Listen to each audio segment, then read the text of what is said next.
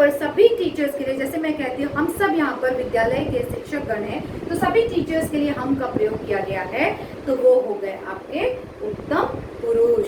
This is in plural form, ये plural है, ये सिंगुलर है। मैं समझ गए बच्चों, समझ गए? तो फर्स्ट पर्सन उसी को कहा जाता है स्पीकर, वक्ता होते हैं। फर्स्ट पर्सन वाले हमेशा वक्ता होंगे। मैं हूँ स्पीकर, मैं आपसे बात कर रही हूँ, मैं स्पीकर हो गई, तो मैं किससे बात कर रही हूँ? आप लोगों से। आप हो गए सेकेंड पर्सन।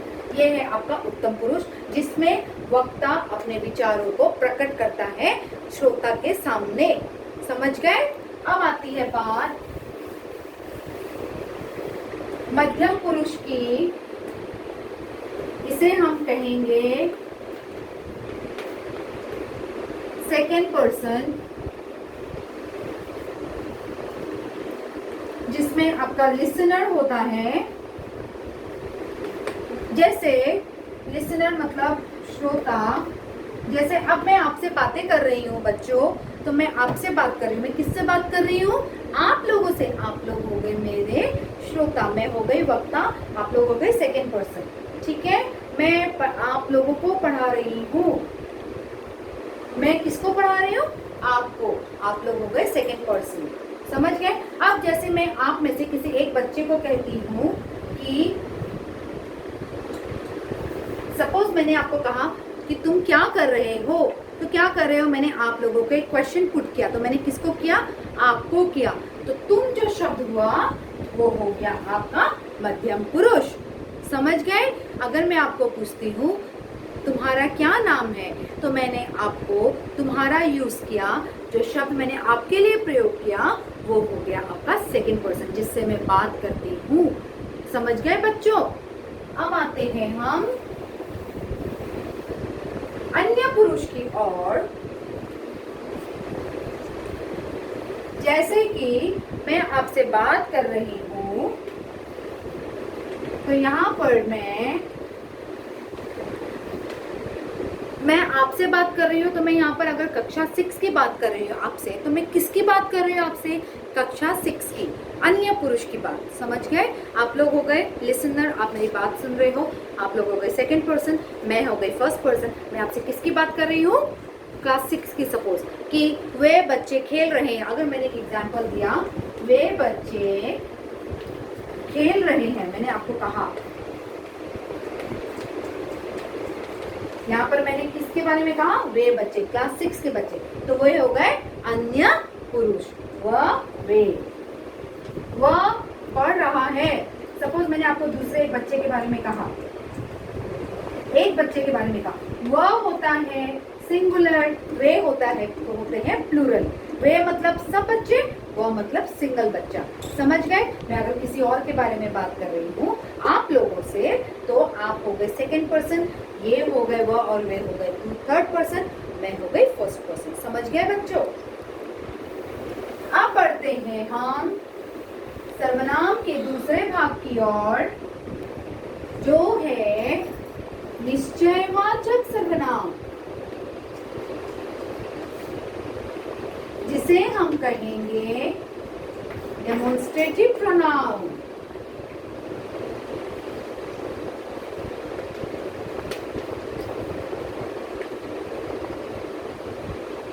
अब डेमोन्स्ट्रेटिव प्रोनाउन को जानने के लिए, वो निश्चयवाचक को जानने के लिए पहले आप ये समझ लीजिए, आप किसी निश्चित व्यक्ति या वस्तु का बोध कराते हो। इसमें किसी निश्चित व्यक्ति या वस्तु का, ठीक है?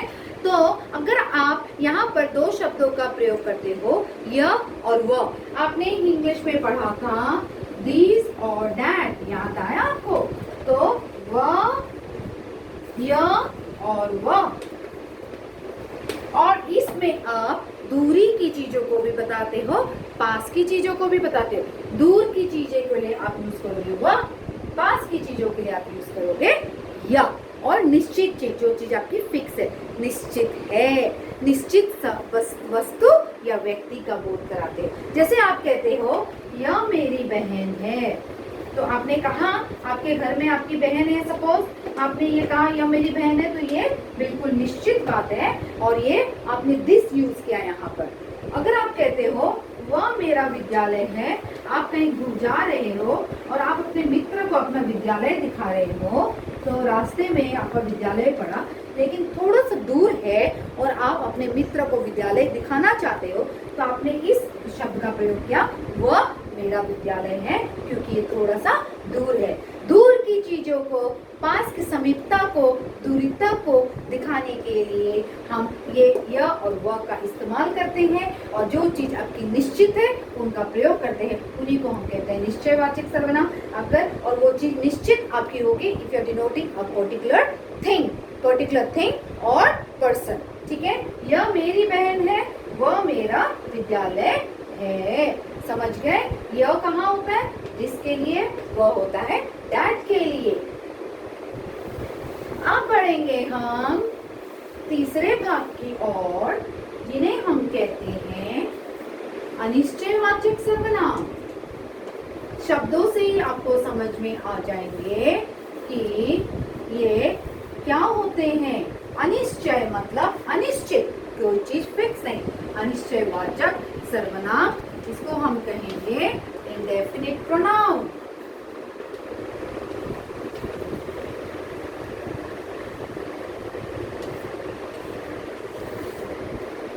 तो ये देखिए, जब हम इंडेफिनिट प्रोनाउन को पढ़ते हैं बच्चों, इसमें हम किसी निश्चित चीजों का बोध नहीं कराते, अनिश्चित चीजों के बारे में बात करते हैं। समझ गए? किसी संपूर्ण निश्चित चीज को नहीं बताते, को अनिश्चित चीज को बताते। यहाँ पर आप व्यक्ति के लिए कोई शब्द का इस्तेमाल करते हो। व्यक्ति या वस्तु, कोई भी चीज निश्चित नहीं होती, अनिश्चित होती है। व्यक्ति के लिए हम कोई का इस्तेमाल करते हैं और वस्तु के लिए हम कुछ शब्द का इस्तेमाल करते हैं। जैसे आपने कहा दरवाजे पर कोई खड़ा है, तो आपने कोई निश्चित व्यक्ति के बारे में नहीं बताया मुझे, आपने बताया कोई खड़ा है जिन्हें आप नहीं जानते, कोई निश्चित आपने बताया। तो ये कोई जो है शब्द व्यक्ति के लिए यूज हुआ है, ये है आपका अनिश्चयवाचक सर्वनाम। अगर आप कहते हो गिलास में कुछ गिर गया,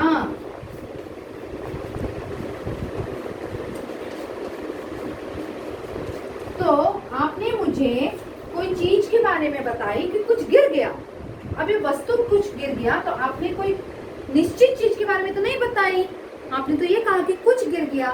तो ऐसे शब्दों का जब हम इस्तेमाल करते हैं, इन सब शब्दों को हम कहेंगे अनिश्चयवाचक सर्वनाम। गिलास में कुछ गिर गया, वह अनिश्चयवाचक सर्वनाम।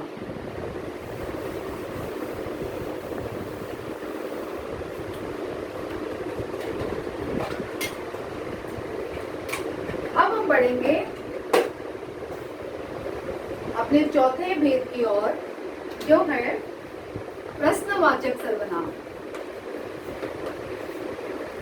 आपको शब्द से समझ में आ जाएगा कि प्रश्न किसे कहा जाता है हिंदी में। प्रश्न का अर्थ होता है क्वेश्चन, जिनको हम कहते हैं इंग्लिश में इंट्रोगेटिव प्रोनाउन।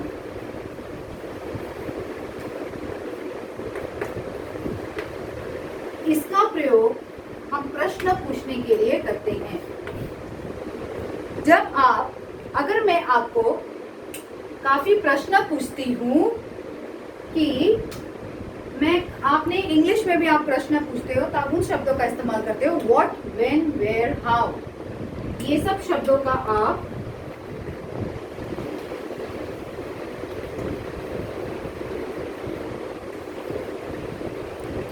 प्रयोग करते हो। ठीक इसी प्रकार हिंदी में भी हम करते हैं, कहाँ, कैसे, क्यों, क्या आदि।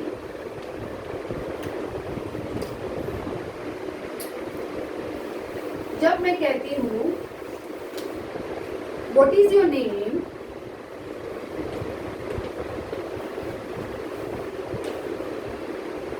इसको जब आप ट्रांसलेट करोगे तो इसका अर्थ होगा तुम्हारा क्या नाम है। यहाँ पर मैंने आपको प्रश्न पूछा, एक बात याद रखिएगा, प्रश्नवाचक में जैसे हम इंग्लिश में क्वेश्चन मार्क लगाते हैं, ठीक इसी प्रकार हिंदी में भी लगाते हैं। तो ये हो गया आपका प्रश्नवाचक सर्वनाम। और ये वर्ड भी सर्वनाम है, लेकिन ये आपका पर्सनल प्रोनाउन है, पुरुषवाचक सर्वनाम है।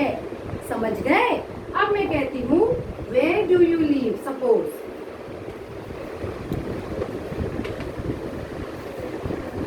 तो तुम कहाँ रहते हो, मैंने आपसे पूछा।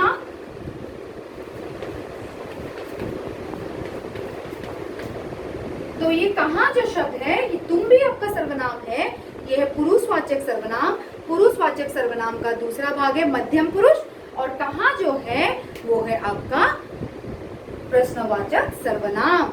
कहाँ, कैसे, ये सब शब्द आपके होते हैं प्रश्नवाचक सर्वनाम। समझ गए? अब बढ़ेंगे हम संबंधवाचक की ओर, जिसमें हम संबंध दिखाते हैं। रिलेटिव प्रोनाउन, ये शब्द से भी समझ में आता है। रिलेटिव, रिलेटिव का अर्थ होता है रिलेशन बताना। ठीक है, रिलेटिव का अर्थ होता है रिलेशन बताना। जैसे कि आप कहते हो एक वाक्य दूसरा वाक्य से रिलेटेड होता है, उसका संबंध होता है। अब अगर मैं आपको कहती हूँ कि पहला वाला जो वाक्य है, पहला वाला वाक्य पे दूसरा वाला वाक्य आपका डिपेंडेंट रहेगा, ये चीज याद रखिएगा इसमें। समझ गए? आप अगर आप परिश्रम करोगे तो सफल होगे। जैसे करनी वैसे भरनी।